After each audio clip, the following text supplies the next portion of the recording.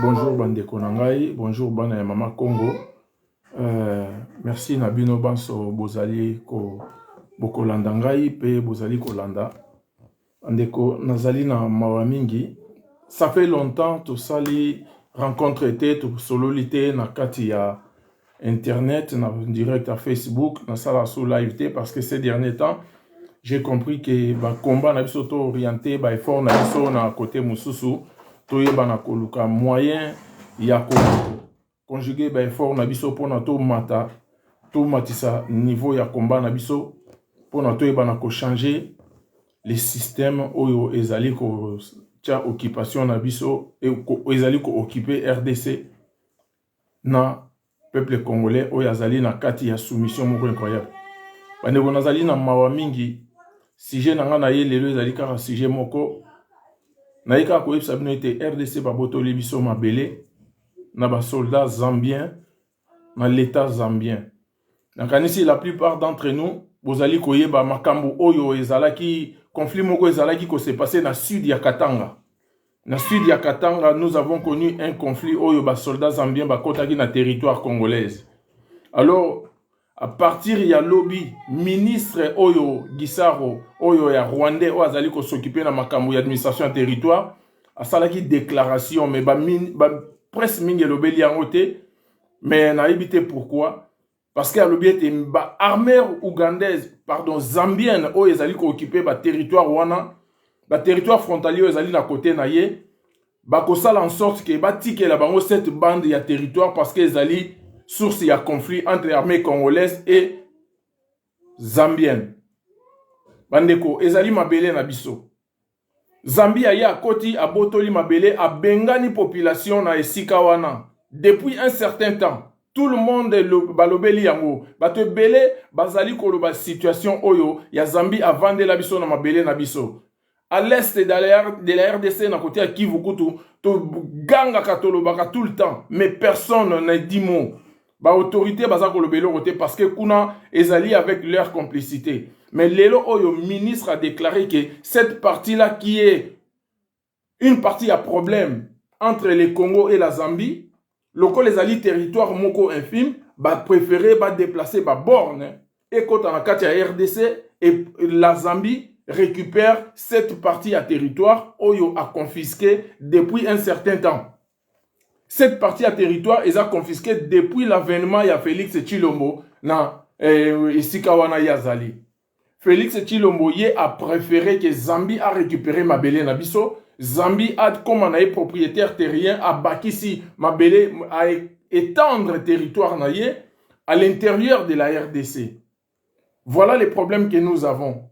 Et vous les militaires, vous les Congolais, les Zaïrois, Bovandi wana vous allez quoi applaudir chef Nabino.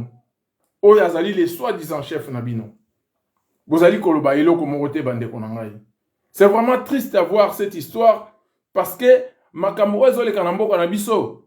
Personne ne peut l'accepter sur son sol situation ya boye esalema. Parce que ndenge Zambia botoli biso wana, lobiso ki Rwanda yazui parti na ye de mon côté, déjà Zambie toza na conflit majeur na été. Bien que Zambie aussi fait partie, il y a ba belligérant oyo bazali ko assujettir pe na ko bebisa makamuna mboka na biso pona ko exploiter ba minerai na biso.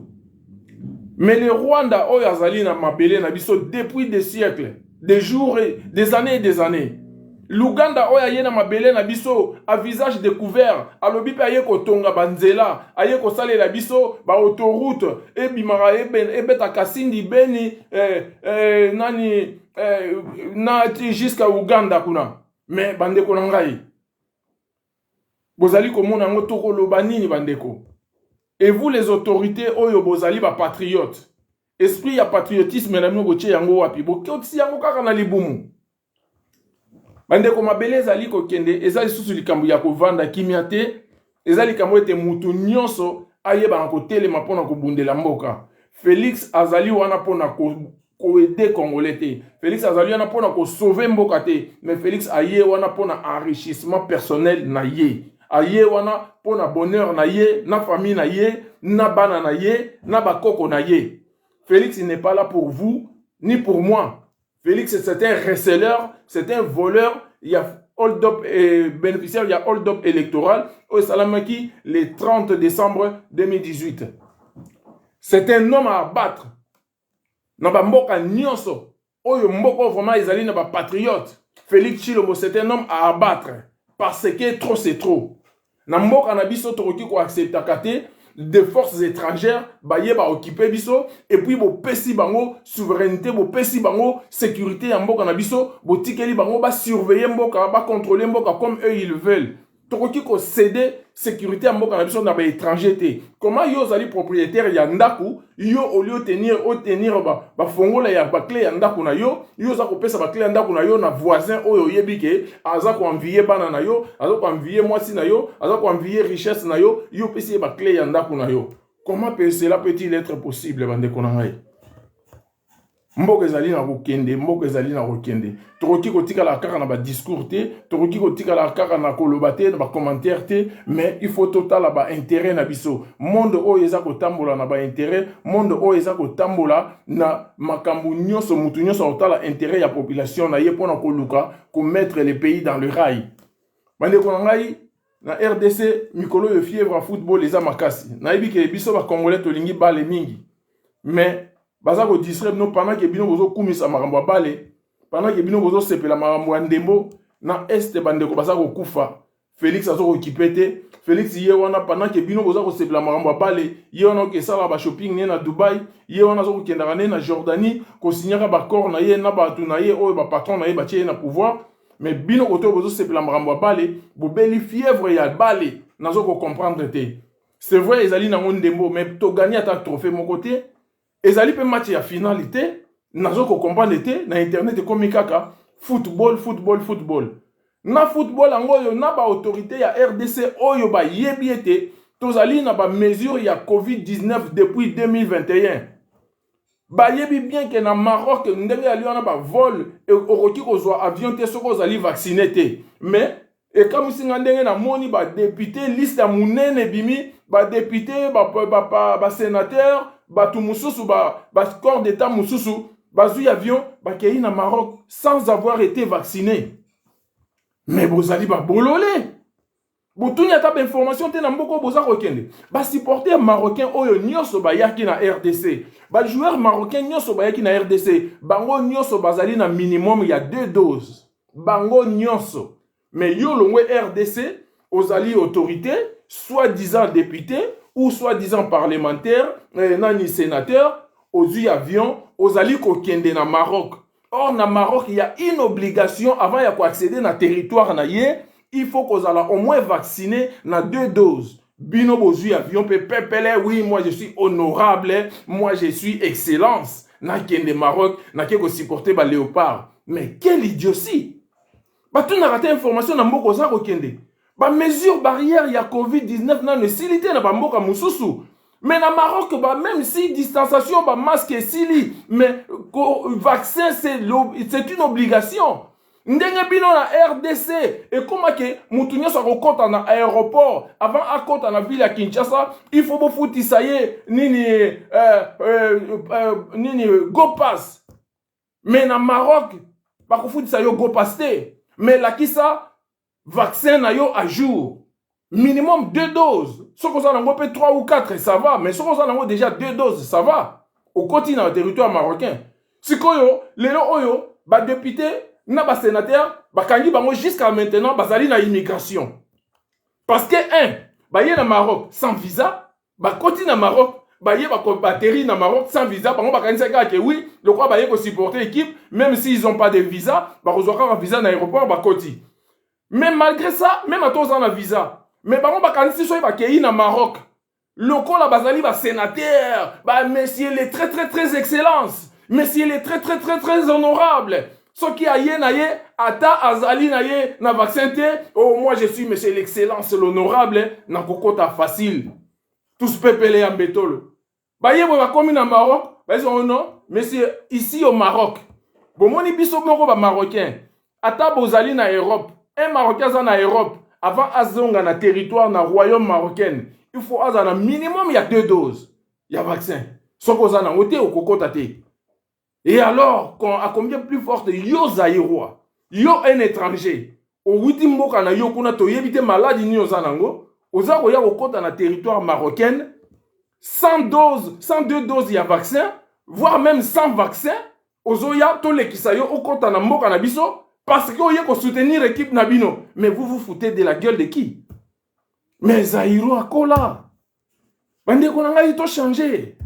Mboka ezo kotambola mabe. Bobomi mboka wana. Bozo tala ba intérêt ya ventre na bino mabumu na bino. Boza kotala ba intérêt ka ba famille na bino. Mais ezana ba makambo mususu, il faut avoir au moins la jugeote. Il faut comprendre que non, ezana ba mesures restrictives oyo ba kotisi na mokili. Soko zali na vaccin te, il y a d'autres pays que tu ne peux pas voyager.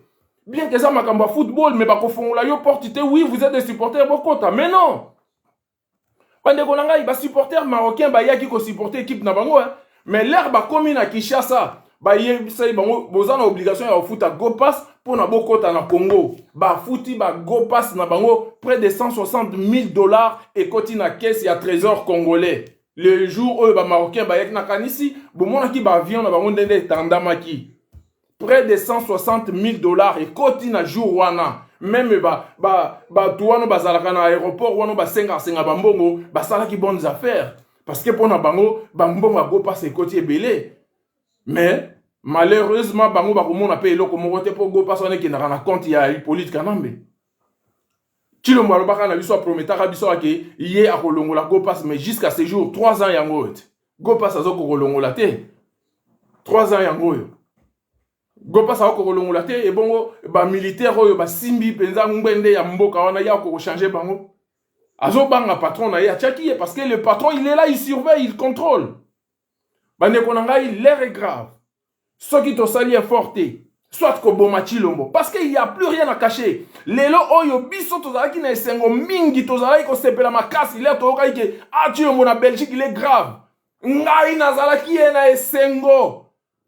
La plupart de nous ici en Europe et surtout dans la diaspora congolaise, partout ailleurs, partout dans le monde, tous les ne sont parce que ce qu'il a fait, il méritait la mort parce que le peuple union s'est retrouvé à cause naïe. Et tout ça c'est parce que Batouba comprenait que il est là pour vendre le pays. Il y a un tout au soutien que ce gars parce qu'il aura voulu. Et pourtant même si Azala qui n'a pas la volonté n'a été imposé qui est, mais il pouvait refuser. Mais il y a Boya qui a refusé pouvoir te. Il y a Boyité, il y a Ndimi à trahir toute une nation. Voilà pourquoi l'air Yazala qui est gravement malade, Ndenge Toyoka qui entre guillemets, en tout cas s'il était vraiment naïbité, mais Batebele Tosepela qui est ce qui a Akufa. Tout le monde souhaitait sa mort. Et lui, il est conscient, lui, Félix. Aïe bien que beaucoup de gens souhaitaient que je meure. Parce que c'est contre la République. Yozali Kosala allégeance na Paul Kagame, les Rwandais. Yozali Kosala allégeance na Zambien, oyo ba koti na territoire na biso, babotoli biso mabele. On dit mi pe ko déplacer ba borne frontière. Otike la bango territoire oyo bango ba occupé depuis un certain temps, depuis l'avènement na yo na pouvoir. Et bango biso ba congolais ton di mayo. Total qui ba reportage awa. Bande qu'on a vu son nyonso bavandi tous les longs ya secteur frontalier o ezali ya Zambie na RDC na secteur o ezala qui en conflit. Bande ko tout ba déserter ba village na bango ba kimaki. Armée zambienne a installé base na ye na secteur wana. Base ya armée zambienne et continue na kati ya RDC. Et puis ba yokani na ba autorité militaire congolaise o bazali na secteur wana ba déplacer ba borne frontière jusqu'à l'intérieur de la RDC. Bande robo limbisa parce que nazo kende côté à football, nazo zonga pe côté boye parce que ça me met en colère ces choses. Pendant que les autres se battent, bazali ko se mobiliser na Ukraine pour na ko sunga ko sauver moi partie à territoire na bango, bien que eux les Ukrainiens ils sont manipulés par l'OTAN et les États-Unis d'Amérique. Bazali ko se mettre toujours en avant-garde pour na se battre pour na sauver l'intégrité territoriale na bango. Même s'ils sont manipulés par les Occidentaux et les Européens.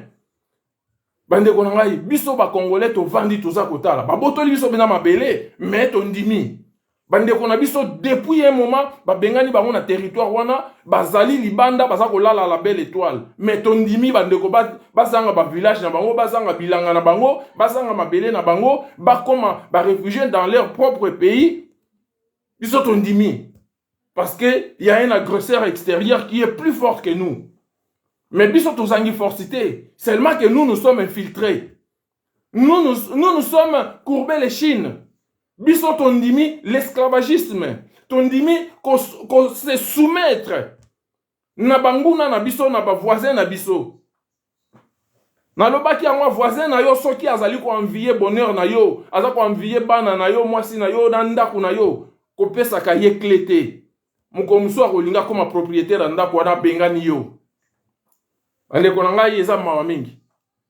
Lelo oyo ba parlementaire ba congolais jusqu'à maintenant toza koloba bazali kaka na ba bureau ya ba immigration kuna na Maroc. Solution na nezo mité ezali ba discussion za kuna makasi soit bazongisa bango soit batika bango bakota na Maroc. Mais Maroc kuna ezali na principe moko sacro-saint muto akoki ko déroger à la règle té. Il faut zala na 2 doses de vaccin pour okota na Maroc. Ce qu'on a dose moko jamais au kokotate. Maroc il y a bango moko kutu royaume marocain le kangela ki ba marocain bango moko porte. Ba lobi na bango avant mutu nyoso ya awa na mboka aya kotala ba parents na ye aya kotozongela ba bien na ye ba mbongo na ye ba ndako na ye. Il faut qu'on se vacciner dans l'Europe là où vous êtes. Et comme les plus fortes, vous les aïrois, vous dites que les nos portes pour les lait. On est qu'on a total ici ba intérêt na biso ezali.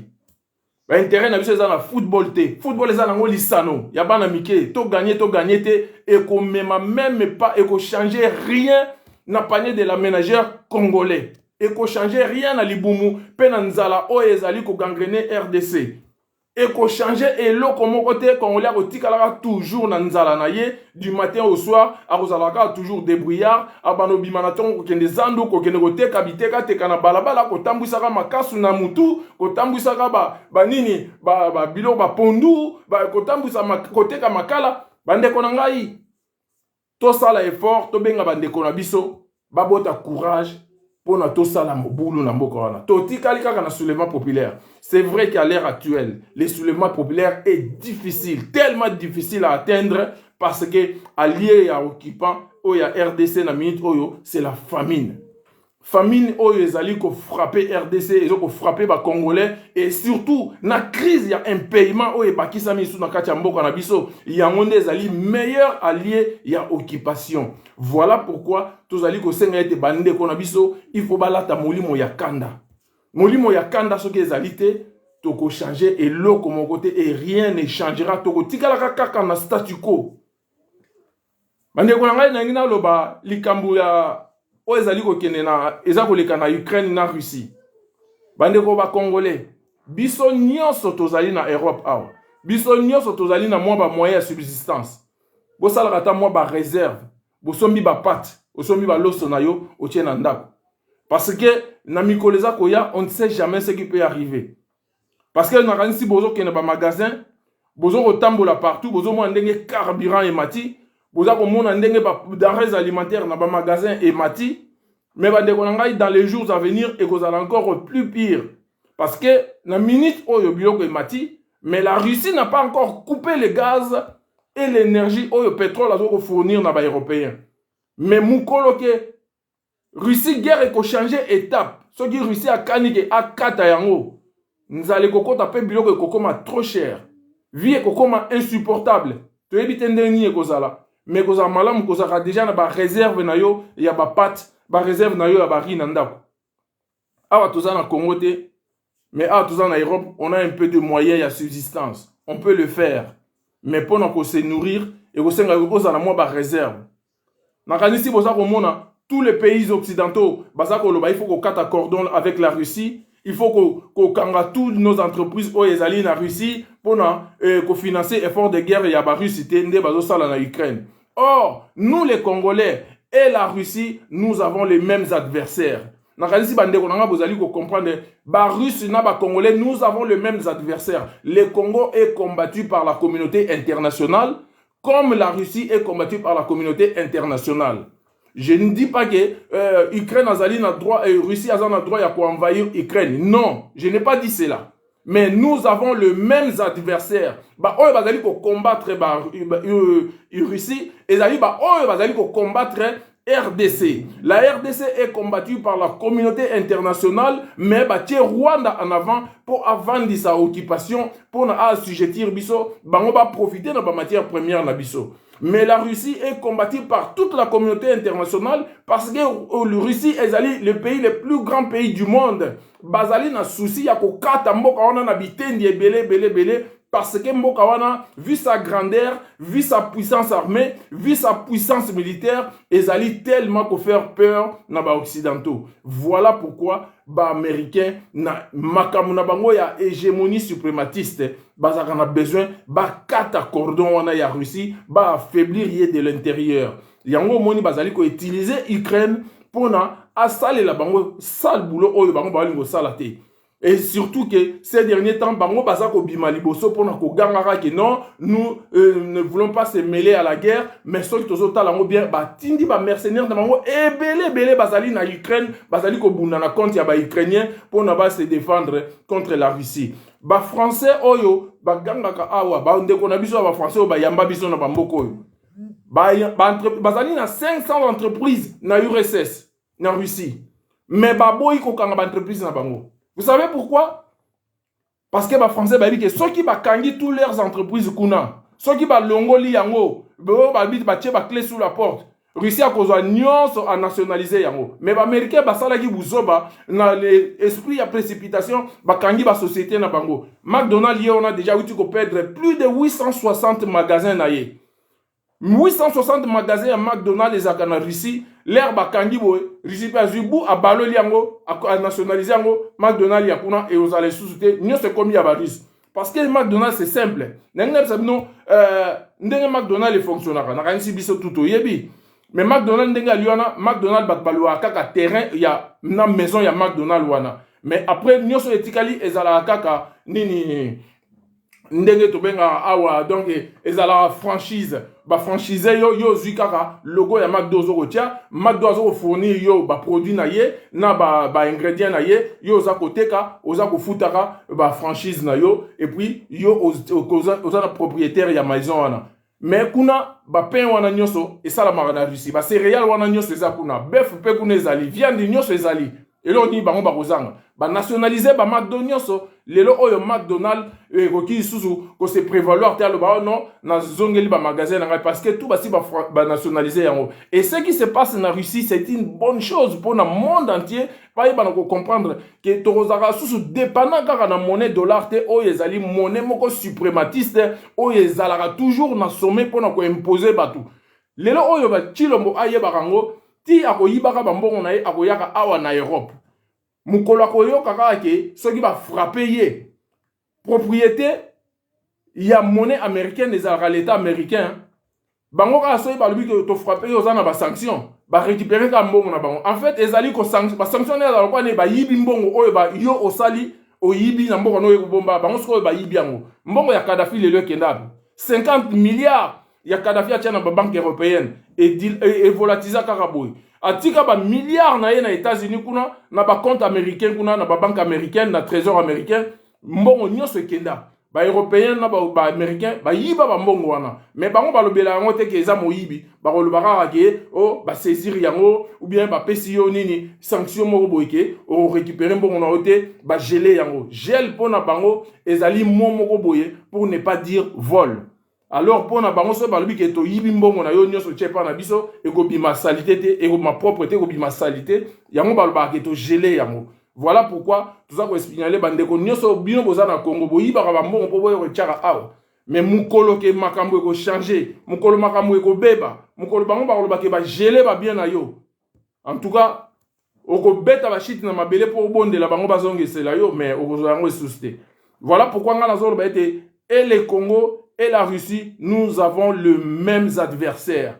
Na sepela ki mingi na ndeko moko azalaka en Afrique du Sud na landaka ye juriste Malema Boyebiye azali l'un des leaders sud-africains, un jeune patriote sud-africain. Ye a telemela Zuma na ndenga mukete grâce na ye kutu Zuma a démissionné parce que a telemela Zuma na kimoyibi na ye na corruption na ye na ba fraude na ye mingi asala pour na s'enrichir illicitement.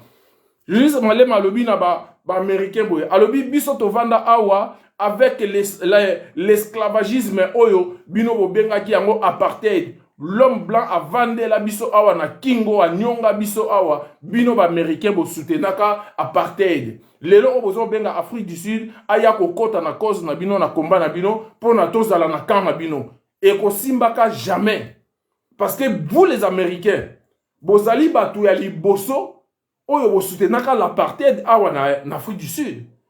Ba américain bazali batu ya liboso oyo basalaka ba et les plus grands pays terroristes dans le monde ezali batu wana. Parce que batu wana musana bango kekene ko boma ba président ba moko msusu. Ba bomi Saddam Hussein. Ba kei ko sala guerre na Irak, ba bomi batu ebele des milliers de personnes. Ba kei ko sala guerre na Syrie, ba bomi batu ebele. Ba kei ko sala guerre na nini na Libye, ba bomi Kadhafi et des milliers de Libyens. Lelo Libye za na itani. Même toi diriger Libye, toyebi même comme on a été. Tout ça parce que c'est l'OTAN et la France qui ont voulu cela. Mais biso ba msusu oyo, nous sommes là toujours nous Africains pour subir. Nous n'avons pas un mot à dire pour nous roter les mélabango. Voilà pourquoi tout ça, on biso Afrique. Il faut boyer belaka. Alpha Condé yewana banda iko sale la ba français. Mais lelo ole ba longo li aza maladie, asenga gi aya ozota ba soin awa, mais ba gouvernement français boye. Et pourtant il y a zala qui valait na bango. Azali bina valait na bango ye pena azali mwana musala mo nyonso ba kolobela ye, azali ko tosa la lettre 8 mètres. Nyonso ba kolobane 8 mètres. Mais lelo oyo, où en sommes-nous maintenant? Voilà pourquoi pour nous, nous les Africains, nous devrions prendre une forte décision. Vous remarquerez qu'à chaque fois il y a un conflit en Afrique, les médias français quand ils sont là, où en sommes les nouveaux dirigeants et les intérêts français.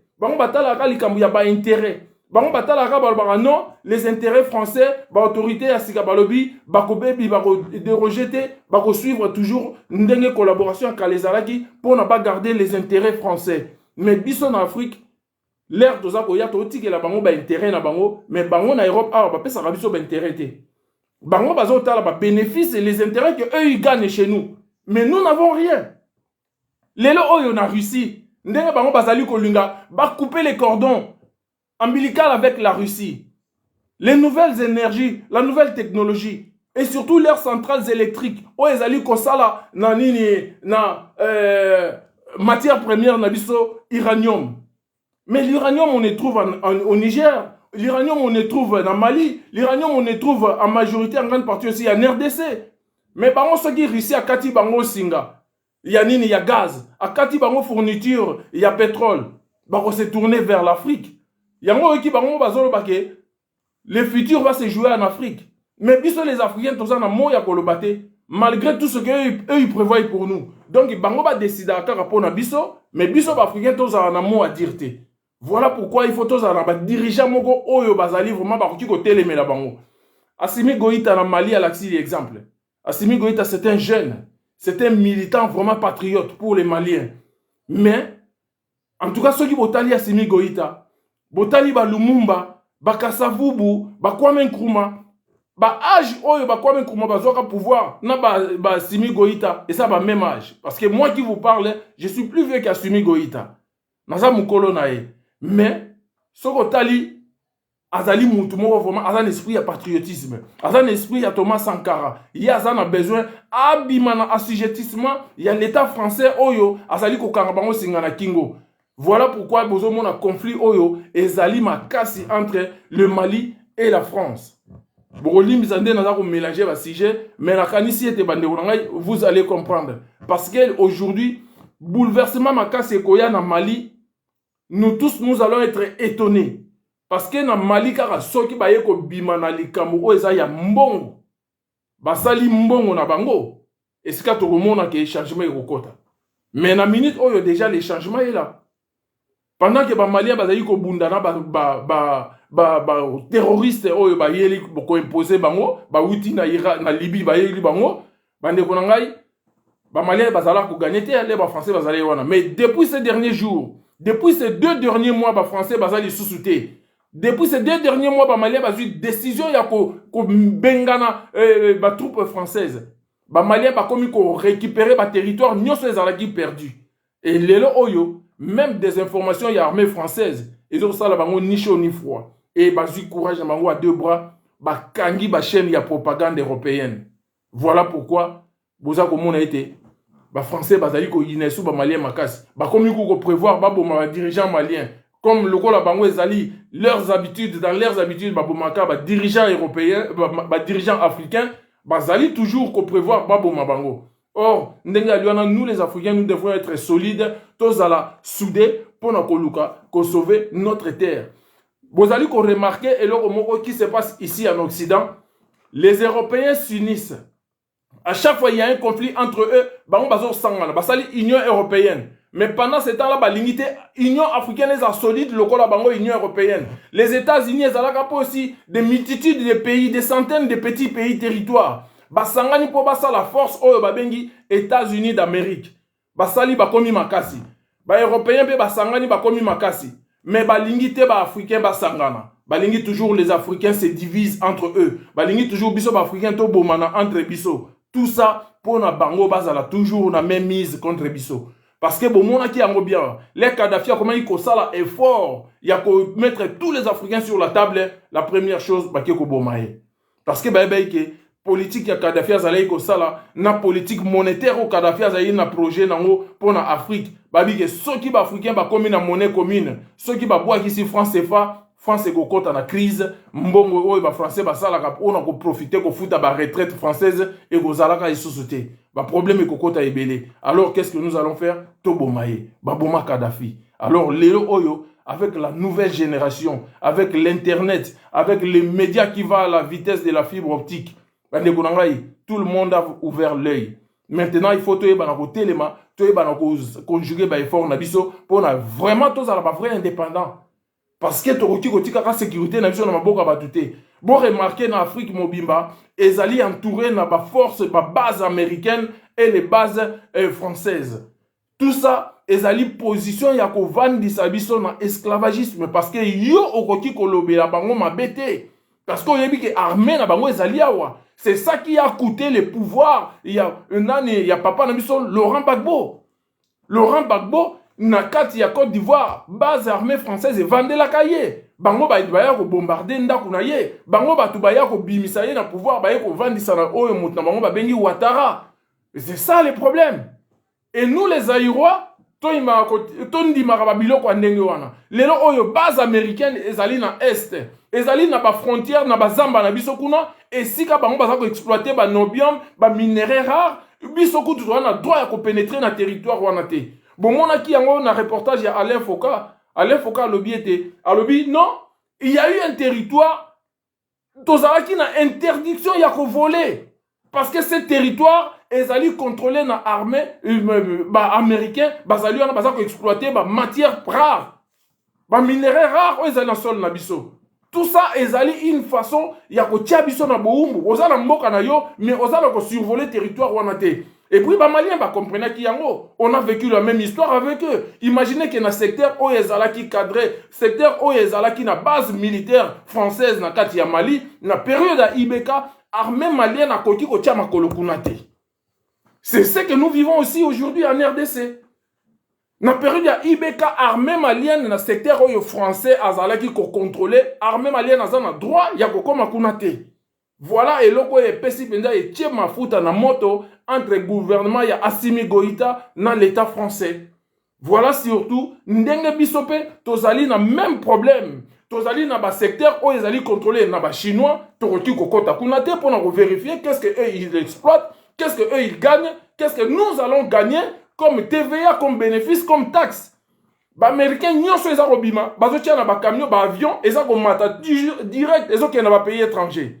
Et puis, surtout, on n'a même pas le droit à regard, nous ne sommes pas exploité par Nabiso. Mais ma beleza ya biso ya binote. Nous ne sommes pas Nabiso. Bozali kongindisa, la société Nabino. Bozali kozwa bambongo. Mais nous avons au moins un droit de regard. Pour nous qu'est-ce que vous gagnez chez nous? Qu'est-ce que nous allons vous taxer? Comme les taxes à payer, comme impôts à payer.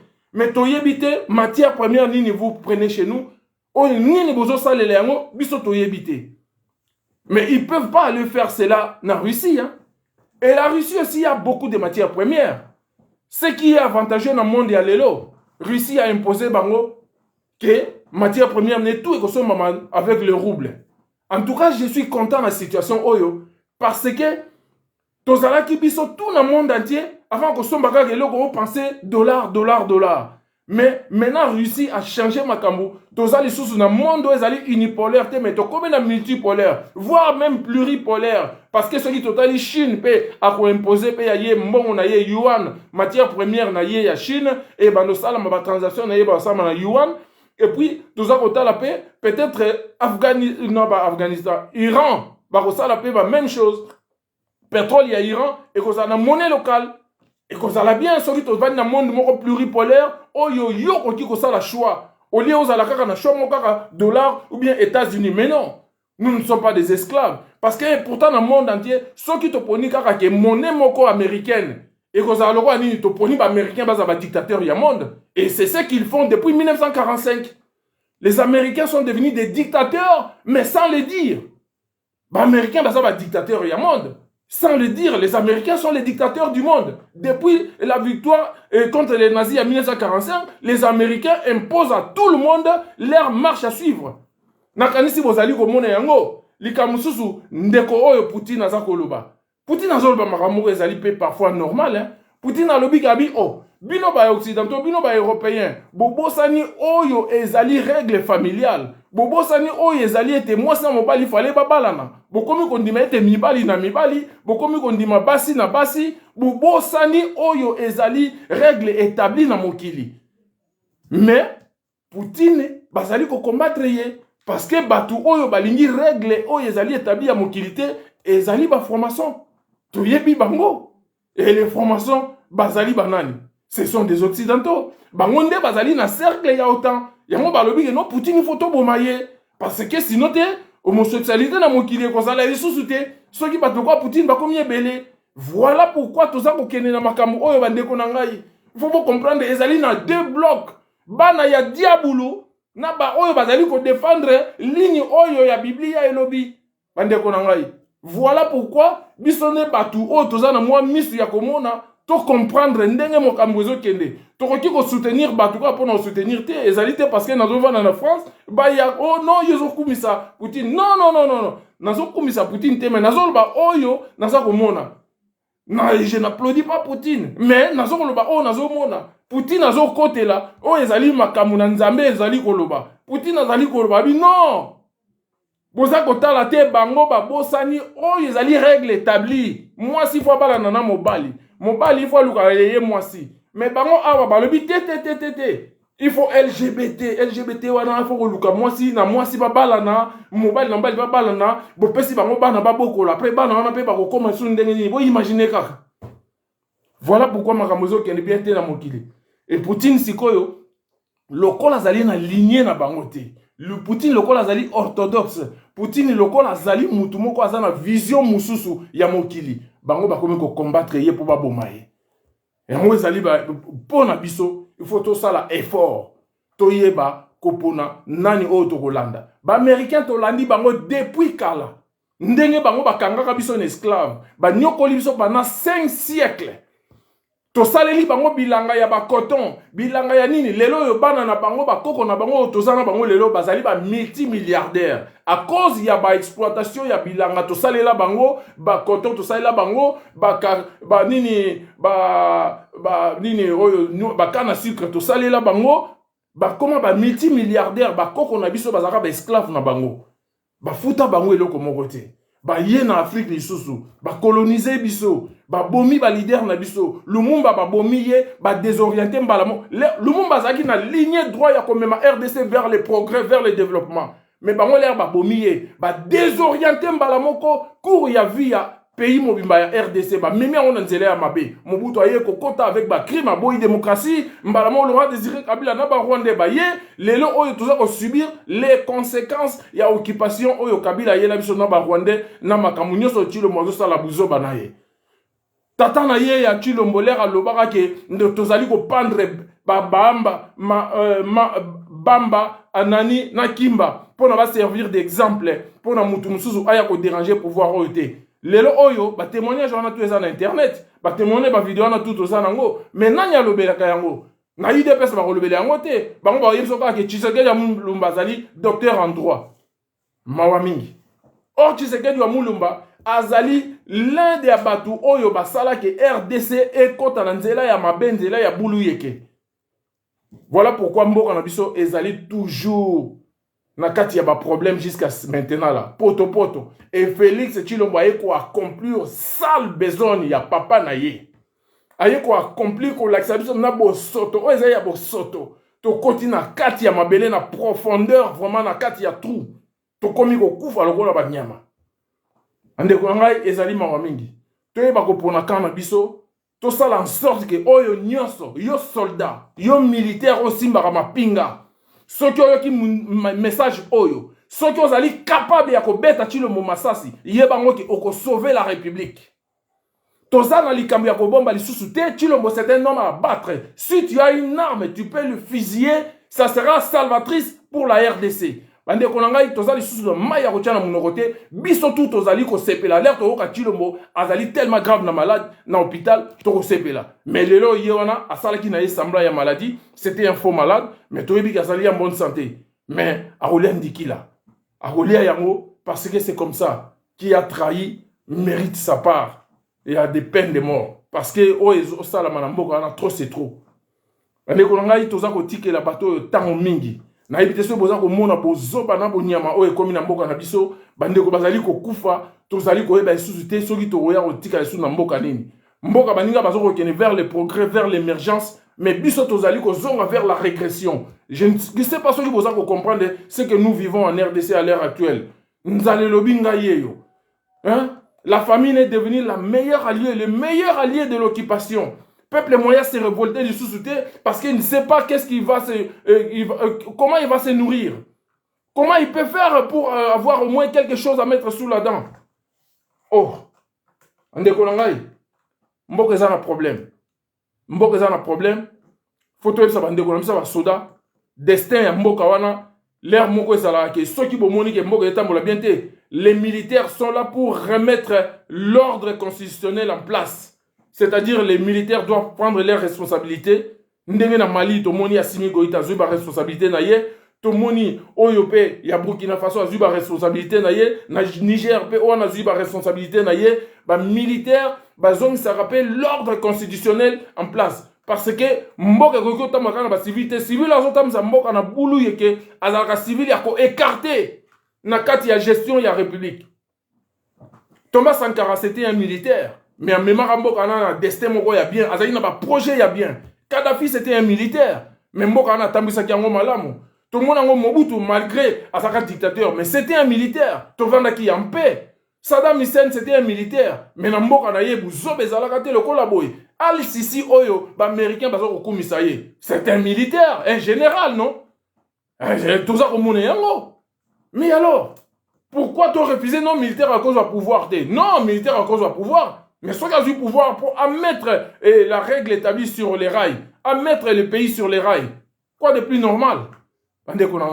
Et ça te dit, non, démocratie, oui, toyebi. Ba élection ko koya nango. Mais lelo oyo na ndenge tout ça comme na mboka wana, ba ndeko na photo na soulèvement populaire. Alors ce soulèvement populaire exacté les militaires bino oyo ndeko na biso papa na biso Mobutu alobaka na tiaka maele na ngai na ba beret rouge na tiaka maele na ngai na ba fantassin na armée mobimba oyo tozali na yango tina boyo kaka oyo koya eya soki na lingi koloba donc la lingi koloba ete armée na tiaka confiance na ngai na force armée zaïroise bino ba vrai zaïrois ba vrai fantassin ba vrai commando bana ya seta bana ya Kibomango, bana ya Kotakoli, bokenda wapi? Bokenda wapi? Tokoma ko luka bino na mai na miso, bokenda wapi? Na ebite avec le temps, bosi bokomi mikolo, mais lelo oyo, il y a quelque chose à faire pour sauver les meubles, bande konangai. Merci mingi bande konangai.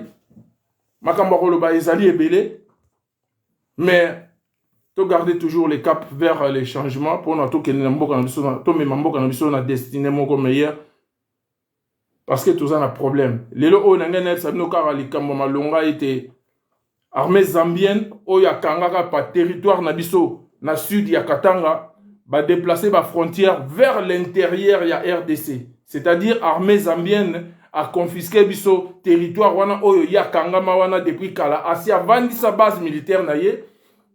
Nani tata oyo azali ko assumer ministre de l'administration du territoire, oh, soki Guissard, soki nani, nabosani, azape rwandais comme ça, aleka yi lobby na top Congo, pour na koloba ete, nous avons accepté de déplacer nos bornes frontières vers l'intérieur pour nous que la Zambie, cet espace territorial où ils allaient appartenir à la RDC. Parce que on va le biais qui sont sans conflit pour nous mettre un terme à la conflit, il faut que céder ma belé nabiso. Voilà pourquoi nous allons coller la ma belé nabiso ezakokende. Voilà pourquoi ngai kanda na ngai ya mukolo lelo vraiment ezali mawamingi. Chilombo papa Honoré Banda lobaki alobi mwana o soki to plaqué yo solté to kolela. Et non to sisi kolela te. Atikali na 2 ans encore. Alors 2 ans na ye o azo mema biso. Eza ya milliona milelo ya souffrance moko terrible. Alors pour na to endurer sous souffrance wana te, il nous faudra faire quelque chose. Alors quelque chose au toza kosenga kaka espoir de comme na ba militaire patriote. Ba militaire patriote. Na minute o toza koloba soki ezalaki tozaki na mboka barabe makambo elinga yiko salama. Mais ba militaire patriote na RDC tokomi ko luka bango na mai na misu. Toza ko luka bango na mwinda bazali wapi. Ba militaire patriote pour faire quelque chose. Pour nous changer les cours des choses. Pour nous changer les cours des choses. Chilombo ne mérite rien. Ne mérite rien. Même pas une considération, une petite considération. Yo akendaki na Dubaï, ake salam na ba course na ye, a salam na ba course shopping na moi aussi na ye, villégiature toujours comme d'habitude. Donc lui il se voit comme s'il est dans les nuages pendant que le peuple trame, le peuple crève de faim. Il est là, il est toujours dans les nuages. Le peuple a zoko souffrir. Ande konangai merci na bino ba landi ngai. Ingeta. Nous allons continuer nos conversations dans les jours à venir. Mais esengo kaka comment a été Makam Poutine a sala ezali ko faire basculer le monde. Makambo oyo bobandai koyoka ya nouvel ordre mondial. Boy bango ke banda lelo est commis tellement mis à mal. Parce que nouvel ordre mondial ezala qui ko imposer tous les pays du monde oyo to bengi l'homosexualité. Ezali ko na ko imposer ba pays nyoso mokili ke yo ondimi libala ya mobile na mobile te na mboka na yo. Si eno mabata ko zo pe pouvoir te. Bongo yango wa na Europe to vana na bamboko yo. Bango na bango le moko bazwaka mibali awe moma mobali penza bala mobali iye wana pe mokonzi na bango azo diriger pays mobimba makampe to ngeto bana mona ba mikoleza ko ya na Afrique yango wana mais nzambe pe alala kate alamusi mwana na ye mobo na kombo ya Poutine na iye binaki bou alalisi makambo wana bi non makambo e ozale subo ete il faut to changer la donne mobali na mobali e ko di osimba te nzambe akela biso poto za la bongo te.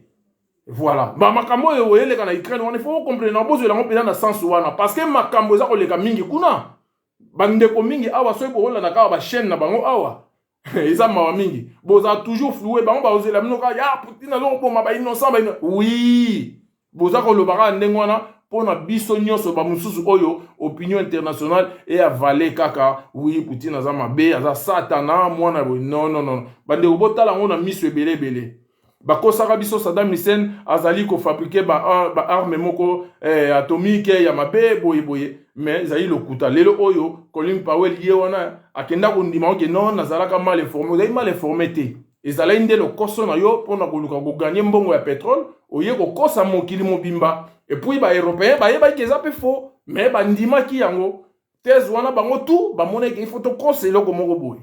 Alors ndenge bakosaka biso ba africain to ndimaka kaka oui to za ba beni oui te bande kuna ngai ila na makamsuzu ifoto ba kotala ngona misu mibale lokola ya batu ya solo. Merci beaucoup bande kuna ngai ingeta na maboko na bino na mabota na bino nzambe apambola bino tokomona na mbala sima. Merci.